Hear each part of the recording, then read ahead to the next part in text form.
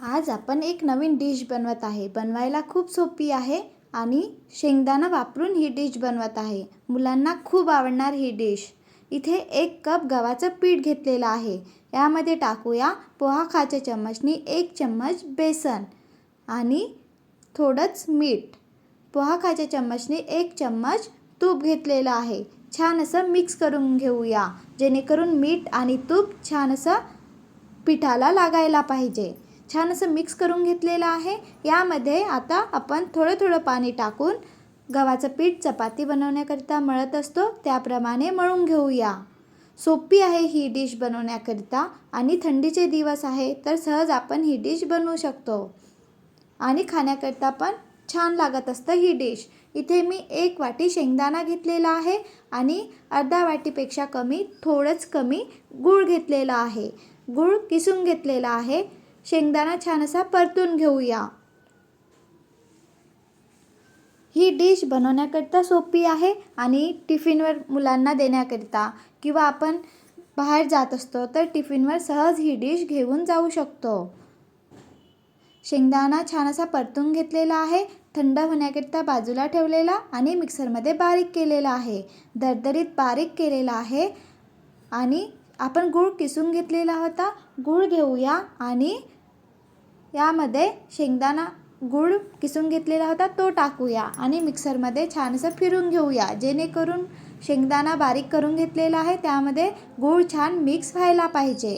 गुळाचं प्रमाण कमी जास्त करू शकतो. गोड लागत असेल त्यांनी गुळाचं प्रमाण वाढविले तरी चालेल. आणि थंडीचे दिवस आहे तर सहज ही आपण शेंगदाणा डिश बनवू शकतो. पीठ पण मळून झालेले आहे. शेंगदाण्यापासून मसाला पण बनवून तयार आहे. आता आपण शेंगदाणा पोळी बनवूया. इथे लहान असा किंवा मोठा गोळा बनवून घेतलेला आहे. लाडू बनवत असतो त्याप्रमाणे लहान मोठा आकार देऊ शकतो.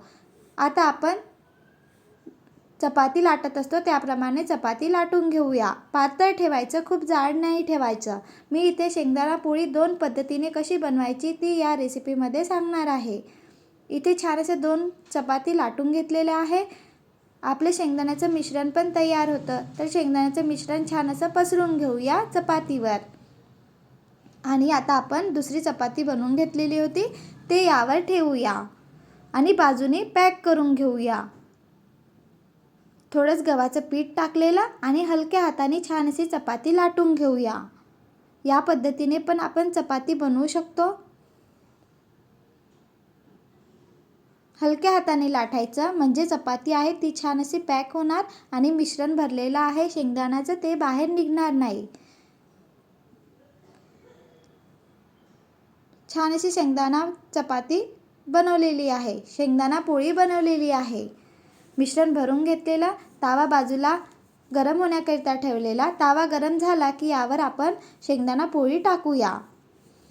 2 पद्धतीने बनवत आहे आज आपण शेंगदाणा पोळी कशी भरायची.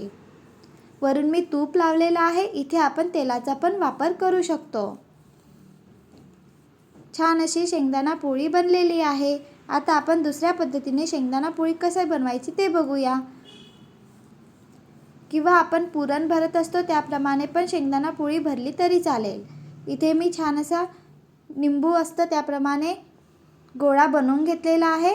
यामध्ये आता आपण मिश्रण बनवून घेतलेलं आहे ते भरूया. निंबू असतो त्याप्रमाणे गव्हाचं पीठ घेतलेलं आहे. त्यापेक्षा जास्त मिश्रण भरायचं म्हणजे आपली शेंगदाणा पोळी आहे ती छान बनणार. बघा छान असं पूर्ण शेंगदाणा पोळी आहे. शेंगदाण्याचा मसाला आहे तो पूर्ण चपातीला शेंगदाणा पोळीला लागत आहे. छान असा पसरलेला आहे म्हणजे निंबू असतो त्याप्रमाणे गव्हाचं पीठ घेतलेलं आहे तर थोडंच मिश्रण आहे शेंगदाण्याचं ते जास्त घ्यायचं म्हणजे छान अशी आपली शेंगदाणा पोळी बनणार. 1 कप गव्हाच्या पिठामध्ये इथे मी 5 ते 6 शेंगदाणा पोळी बनवून घेतलेल्या आहे. सोपी आहे बनवण्याकरिता आणि आपण ही डिश बनवून पण ठेवू शकतो. बघा छान असं शेंगदाण्याचं मिश्रण पूर्ण शेंगदाणा पोळीमध्ये पसरलेलं आहे. आहे ना बनवायला सोपी, तसेच खाण्याकरता पण ही डिश खूप छान लागत असतं. या पद्धतीने मी पूर्ण शेंगदाणा पोळी बनवून घेतलेले आहे.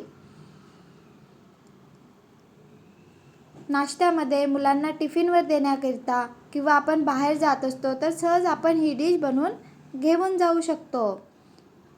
आणि सोप्या पद्धतीने 2 पद्धतीने मी ही डिश कशी बनवायची ते सांगितलेले आहे.